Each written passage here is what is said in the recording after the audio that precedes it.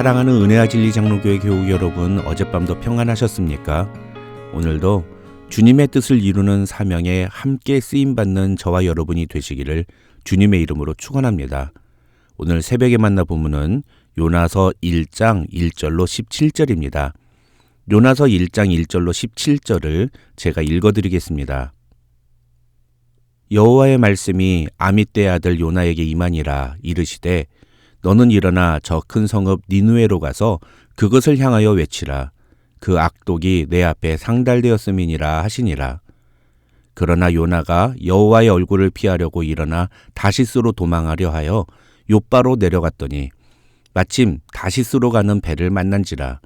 여호와의 얼굴을 피하여 그들과 함께 다시스로 가려고 뱃삭을 주고 배에 올랐더라. 여호와께서 큰 바람을 바다 위에 내리심에 바다 가운데에 큰 폭풍이 일어나 배가 거의 깨지게 된지라. 사공들이 두려워하여 각각 자기의 신을 부르고 또 배를 가볍게 하려 하여 그 가운데 물건들을 바다에 던지니라. 그러나 요나는 배 밑층에 내려가서 누워 깊이 잠이 든지라. 선장이 그에게 가서 이르되 자는 자여 어찌함이냐. 일어나서 네 하나님께 구하라. 혹시 하나님이 우리를 생각하사 망하지 아니하게 하시리라 하니라. 그들이 서로 이르되 자 우리가 제비를 뽑아 이 재앙이 누구로 말미암아 우리에게 임하였나 알아보자 하고 곧 제비를 뽑으니 제비가 요나에게 뽑힌지라. 무리가 그에게 이르되 청하건대 이 재앙이 누구 때문에 우리에게 임하였는가 말하라. 네 생업이 무엇이며 내가 어디서 왔으며 네 나라가 어디며 어느 민족에 속하였느냐 하니 그가 대답하되 나는 히브리 사람이요 바다와 육지를 지으신 하늘의 하나님 여호와를 경외하는 자로라 하고 자기가 여호와의 얼굴을 피함인 줄을 그들에게 말하였으므로 무리가 알고 심히 두려워하여 이르되 내가 어찌하여 그렇게 행하였느냐 하니라. 바다가 점점 흉용한지라.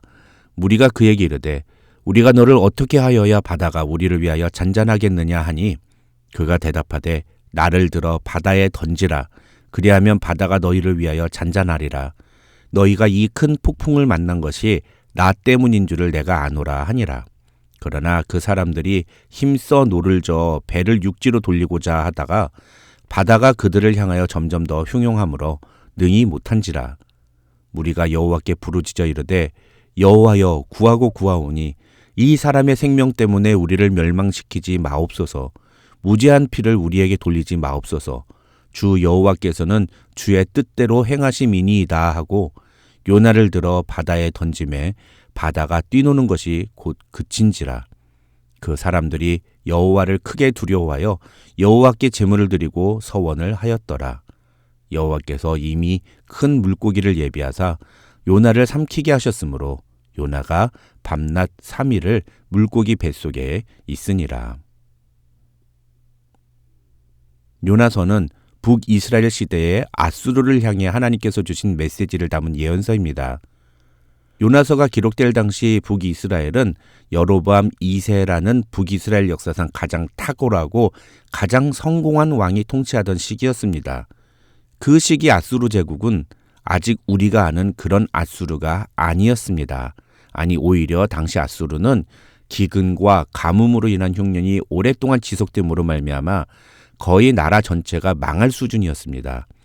당시의 상황을 기록한 고대 문헌 자료에 의하면 극심한 흉년과 기근으로 먹을 것이 완전히 말라버린 니느웨 사람들은 결국 자기 자식들까지 삶아 먹으며 그 시기를 버텼다는 내용이 있다고 합니다. 문제는 그런 상황에서 나타난 신의 계시입니다.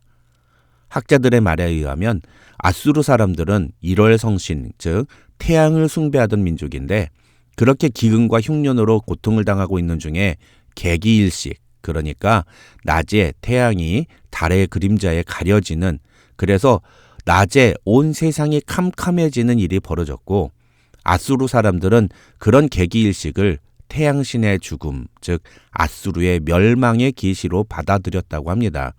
중요한 것은 바로 이런 상황에서 여호와의 말씀이 요나에게 임했다는 것입니다. 그러니까 요나서 1장 1절은 이런 아수르의 시대적 배경 속에서 읽어야 하는 것입니다. 그런데 여러분, 나중에 아수르는 북이스라엘을 침공해서 북이스라엘 백성들을 포로로 끌고 갑니다. 그리고 그때만큼은 아니지만 요나가 활동하던 당시에도 앗수르는 북이스라엘과 적대적 관계에 있었던 국가였습니다. 쉽게 말하면 북이스라엘의 입장에서 보면 앗수르는 그런 기근과 흉년으로 그냥 나라가 망하는 게 훨씬 더 좋은 결과라는 것입니다. 그런데 그런 앗수르를 위해서 하나님이 어떤 일을 요나에게 명령하십니까? 앗수르의 수도인 니느웨에 가서 회개하라고 선포하라는 것입니다. 그러면 앗수르 백성들을 다시 살리시겠다는 것입니다. 우리가 이미 잘 아는 것처럼 오늘 본문에서 요나가 이런 명령을 거부하고 니느웨가 아닌 다시스로 가는 배를 타는 것은 바로 이런 배경이 있는 것입니다. 여기서 우리는 요나서 1장이 우리에게 주는 첫 번째 메시지를 들어야 합니다. 내 생각과 하나님의 명령이 다를 때, 내게 이익이 되는 것, 내게 유익한 일과 하나님이 내게 요구하시는 일이 서로 다를 때, 하나님이 지시하시는 대로 순종하면 그것은 결국 나에게 치명적인 결과를 가져오고 또 그로 인해 극심한 고통과 눈물을 겪을 수밖에 없다는 것을 알게 될 때, 그럼에도 불구하고 나는 하나님의 명령에 순종할 수 있는가? 물론 요나가 나중에 앗수르가 북이스라엘을 멸망시킬 대제국으로 발전할 것이라는 것을 알지는 못했습니다. 그는 그저 지금 현재 상황에서 보더라도 앗수르를 굳이 다시 회복시키고 그 사람들을 다시 살려야 할 이유가 없다고 생각했을 것입니다. 학자들은 요나가 앗수르에 대해서 이런 적대적인 마음을 갖는 이유에 대해서 당시 모든 사람들이 앗수르 제국의 잔인함에 대해 알고 있었기 때문이라고 설명합니다. 역사 자료에 의하면 앗수르 민족은 전쟁을 좋아하는 호전적인 사람들로서 전쟁에서 승리를 거두면 패배한 나라의 군사들을 산채로 땅에 파묻거나 아니면 사람 가죽을 벗겨서 날카로운 장대에 꽂아서 길에 걸어두었다고 합니다. 그래서 하나님이 이런 앗수르 백성들을 구원하시려는 계획을 말씀하실 때 요나는 그런 하나님의 계획에 동의할 수 없었고, 그래서 하나님의 명령 대신 자신이 생각하는 대로 행동하는 것을 선택했다고 학자들은 설명합니다. 이 요나서 1장에서, 아니 어떻게 보면 요나서 전체를 통해 우리가 반드시 생각해야 하는 주제가 또 하나 있습니다. 그것은 요나서에 나오는 모든 생명체, 그러니까 사람, 물고기, 그리고 벌레와 박넝쿨까지 모든 생명체가 다 하나님의 뜻대로 행동한다는 것입니다. 아니 생명체만이 아니라 폭풍과 동풍, 그리고 심지어 사람들이 하는 제비뽑기까지 모든 것이 다 하나님의 뜻대로 움직입니다.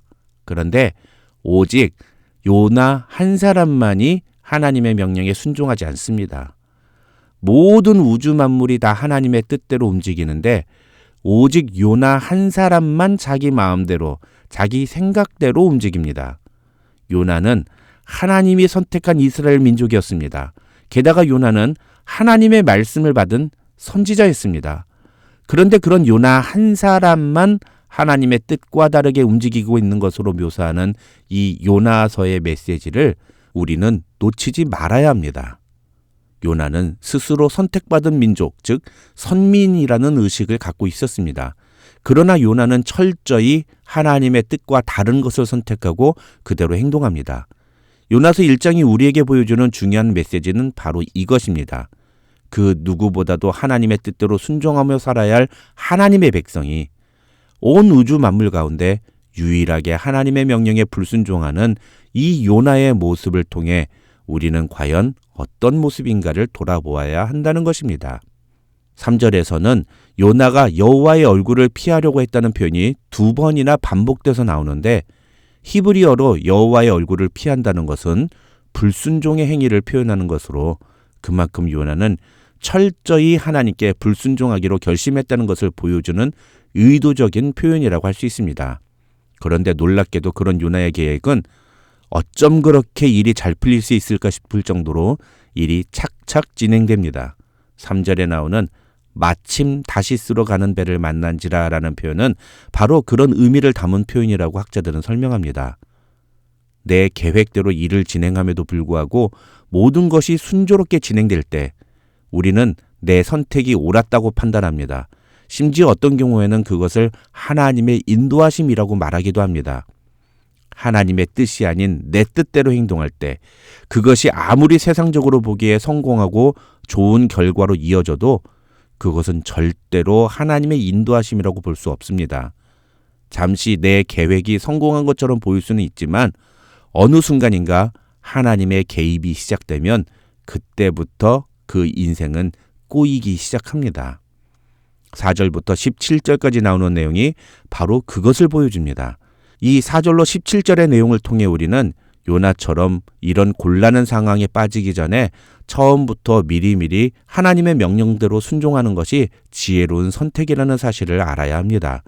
그러나 그럼에도 불구하고 우리는 이 4절로 17절에서 또 한 가지 중요한 사실을 놓치지 말아야 합니다. 이런 하나님의 개입의 과정을 통해서 요나는 자신의 문제를 바로 깨달았다는 것입니다. 10절과 12절에서 요나는 함께 배를 타고 있던 사람들에게 자신이 하나님의 명령에 불순종함으로 너희까지 이런 어려움을 겪는 것이라고 고백하면서 너희가 이 큰 폭풍을 만난 것이 나 때문인 줄을 내가 아노라고 말합니다. 결론적으로 요나는 그렇게 바다에 던져졌고 그러자 15절을 보시면 바다가 뛰노는 것이 곧 그쳤다고 성경은 말합니다. 하지만 17절에서 하나님은 그렇게 바다에 던져진 요나를 위해서 이미 큰 물고기를 예비해 두셨습니다. 그리고 요나는 그 물고기 뱃속에서 3일 밤낮을 지내게 됩니다. 많은 사람들이 이 장면에서 요나를 삼킨 물고기가 어떤 물고기냐에 관심을 갖는데 중요한 건 그런 것이 아닙니다. 중요한 것은 바다에 던져진 요나를 위해 하나님이 물고기를 예비해 두셨다는 것입니다. 이것은 하나님은 자신의 죄를 깨닫고 하나님께 자신의 모든 것을 내어 던지는 자를 반드시 보호하시며 그를 구원해 주신다는 사실을 우리에게 보여주는 것입니다. 그것을 알고 바다에 던져졌을 때 폭풍은 그쳤습니다. 만약에 요나가 끝까지 고집하고 배에 남아있으려고 했다면 폭풍은 멈추지 않았을 것이고 결국 모든 사람이 요나 때문에 큰 어려움을 당했을 것입니다. 오늘 말씀을 통해 매 순간 내 뜻과 내 생각이 아닌 하나님이 원하시는 뜻대로 순종하는 저와 여러분이 되시기를 주님의 이름으로 축원합니다. 설령 순간 잘못된 판단으로 하나님의 뜻에 불순종했다 하더라도 그 상태를 계속 유지하지 말고 돌이키면 됩니다. 불순종의 배에서 나오면 됩니다. 오늘 본문은 우리에게 그것을 보여줍니다. 이 말씀을 따라 오늘 하루도 하나님의 뜻대로 순종하는 저와 여러분이 되시기를 주님의 이름으로 축원합니다.